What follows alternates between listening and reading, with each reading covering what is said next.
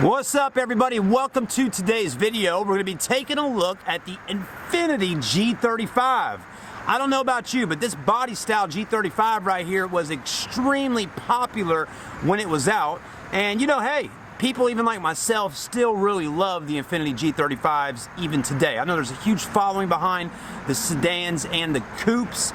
I mean, they're great tuner cars, they're great looking cars, they're rear wheel drive, and they're just fun to drive with that 3.5 liter up under the hood. So with no further ado, today we're gonna be doing a condition / used car for sale review on this G35. Stay with us.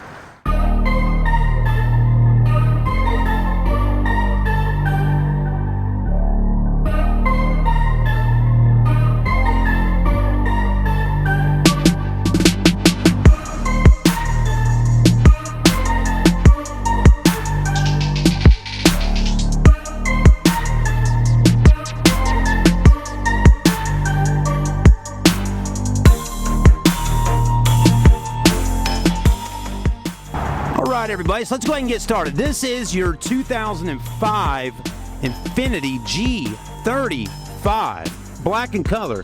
I'm going to walk around this car. We're going to take a look at it, see what the deal is on it.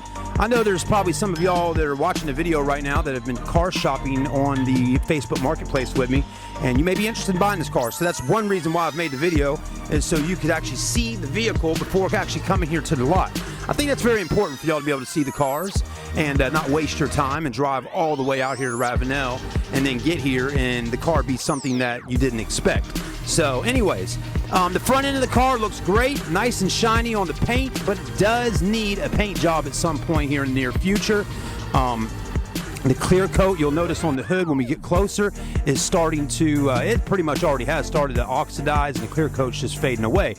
We did have a guy come by a few days ago and clean up the headlights, and he does an extremely nice job doing that. He waxes them, wet sands them, does whatever he does, but he makes those headlights look almost like brand new.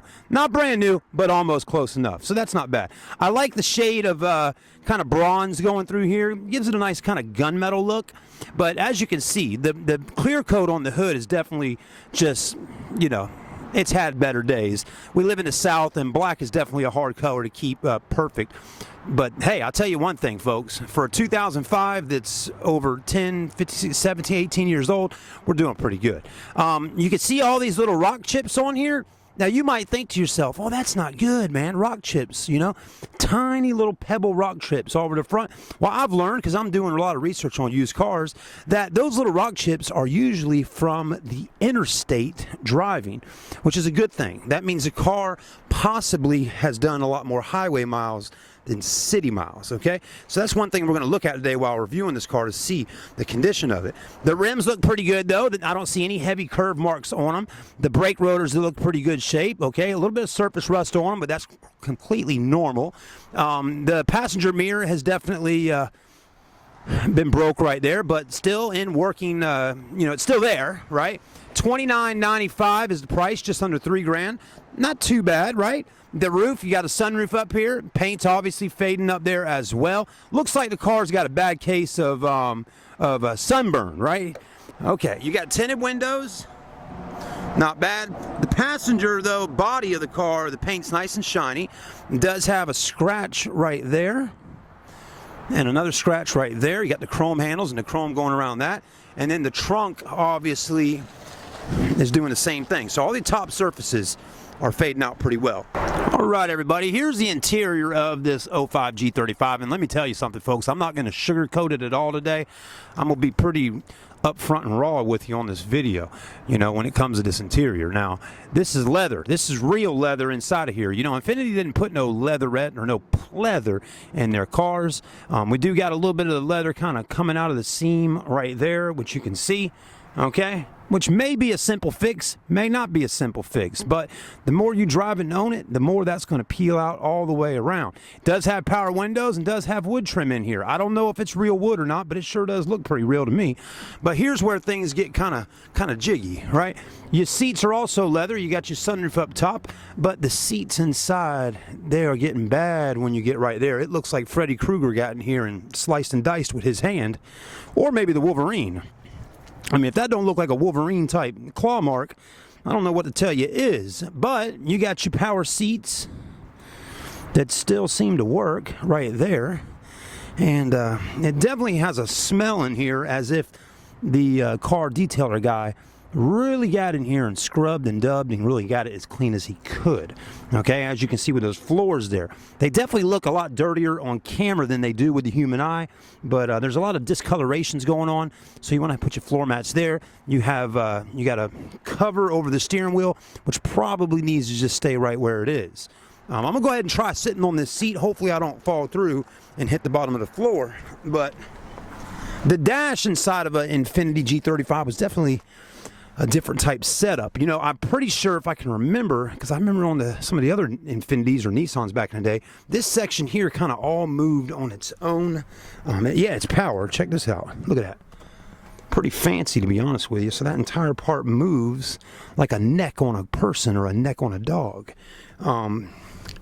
But anyways, let's go ahead and get the key out of my pocket again, because we're going to have to put the key inside the ignition there and crank this puppy up, which where did the key go? It was in my pocket a minute ago, and now it has seemed to elade me, for better or worse. But anyways, we'll get back to that in a minute. Let's keep looking. You got heated seats, wood trim. You know, unfortunately, you just can't do a whole lot with that shift knob there. You may be able to order a whole new shift knob, which would be nice. You know, somebody could buy this car and turn it into something really special. That opens up for some storage right in there. You have your Infiniti analog type clock back there. My camera is not doing it a whole lot of justice right now. It is a bit dark with some shadowing because it is the winter season right now, towards the end of November. We got our manual. It's just an overcast, gloomy day today. But a good day to be filming cars, I would say. Another manual right here, which is kind of nice to see that you got both manuals to the car. And the passenger seat's got some rippage going on as well, but nothing right up in here. And of course, this is doing the same thing over there. But these are in good shape. Look at that. Very clean. Sunglass holder, still working, very clean. And then up here is pretty good too. Let's find the key to this car, because we're going to have to crank it up to finish the review. All right, I found the key. I had left it in my office. Let's go ahead and crank her up and see what the car's all about. Now, this car is used to having a bigger key instead of that. So you still can just put it right in there and, well, maybe not. Well, interesting. There we go. You just got to turn it the other way, put your foot on the brake, crank up.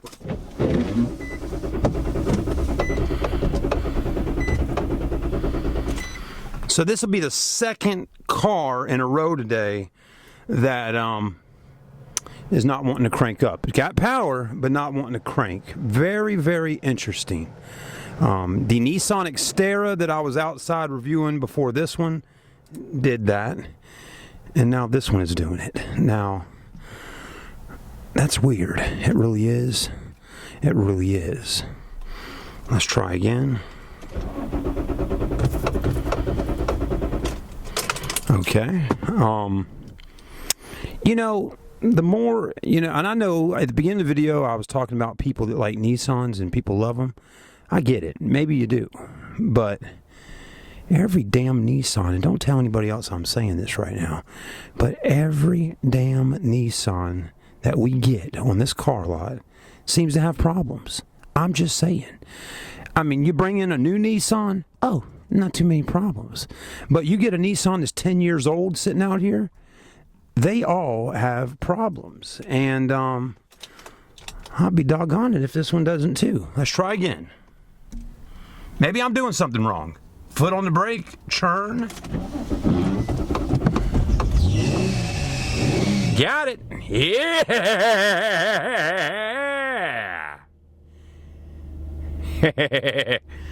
Yeah, that's my old Frankenstein laugh. Anyways, boy, that was one hell of a squeal that came out from under that engine, though. It sounded like them damn hamsters got poked in the butt with a needle. Anyways, all right, we got it running.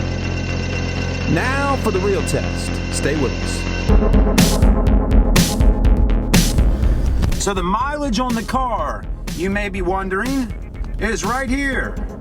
199,035. How do I cut these stupid wiper blades off? Just like that.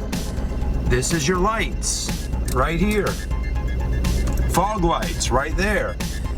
So the headlights are on. Let's put our seatbelt on so we can actually drive this car and see how it does. You know, another thing to look at, folks, when you're looking to see if a car has a lot of highway miles versus city miles, is actually this right here.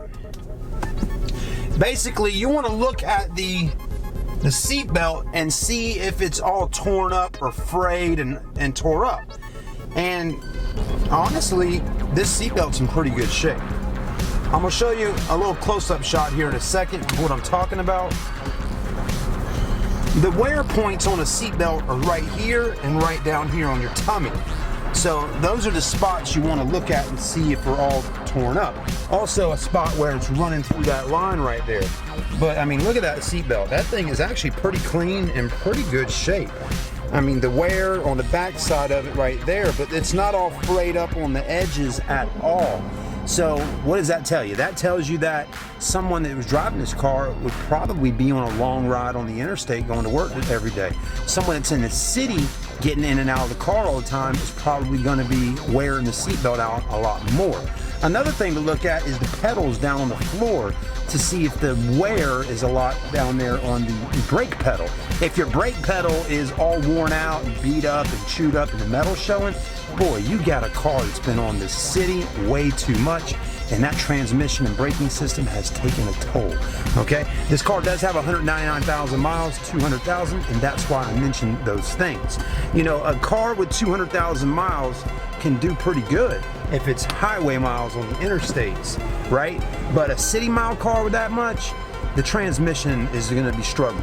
Anyways, that's just that part of it. Lights on the dash, a VDC off. I think that has something to do with vehicle traction controls or something. I don't exactly know, but you got a VDC off light, and also we got a service engine soon light on, which probably we need to get our OBD2 sensor and see what's going on with that. But for now, we're gonna go take it out for a drive. So let's see how she rides. And yeah, right now feeling pretty good in reverse. No, I don't. It feels good in reverse. Again, 3.5 liter on our engine. Let's go ahead and see what she's feeling like. Right now it's feeling pretty good. This motor should get up and go and perform pretty well. I remember driving G35s many years ago, and they did really well. All right, here we go.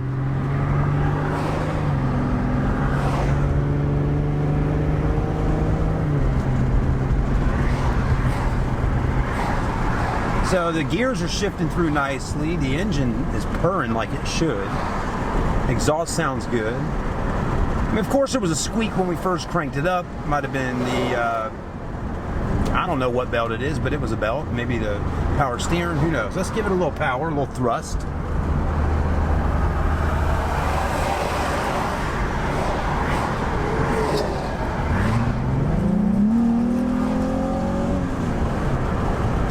Oh man, it feels just like a G35 should. It feels good. Man, I love that engine on this car.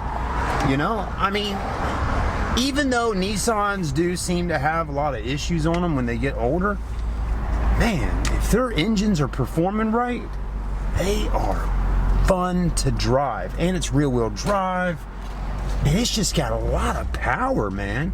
I love it. It's torquey, horsepower's good. It's one of those cars that you want to hit the gas pedal and go in, you know? It's just fun.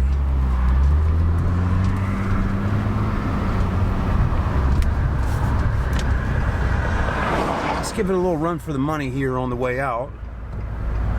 Here we go. 3, 2, 1. Listen to that. Whoa, man. I love it. I love the G35. Always have, always will. It's one of those cars I've always wanted. I've always really wanted a coupe, but I definitely could take this car right here. This sedan, this put a smile on my face. And it's been very rare to have a car at this car lot since I've been working here to make me smile like that.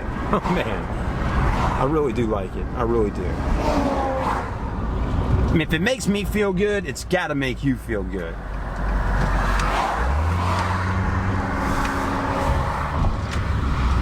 And here's the customer. I got a customer here, so stay with us.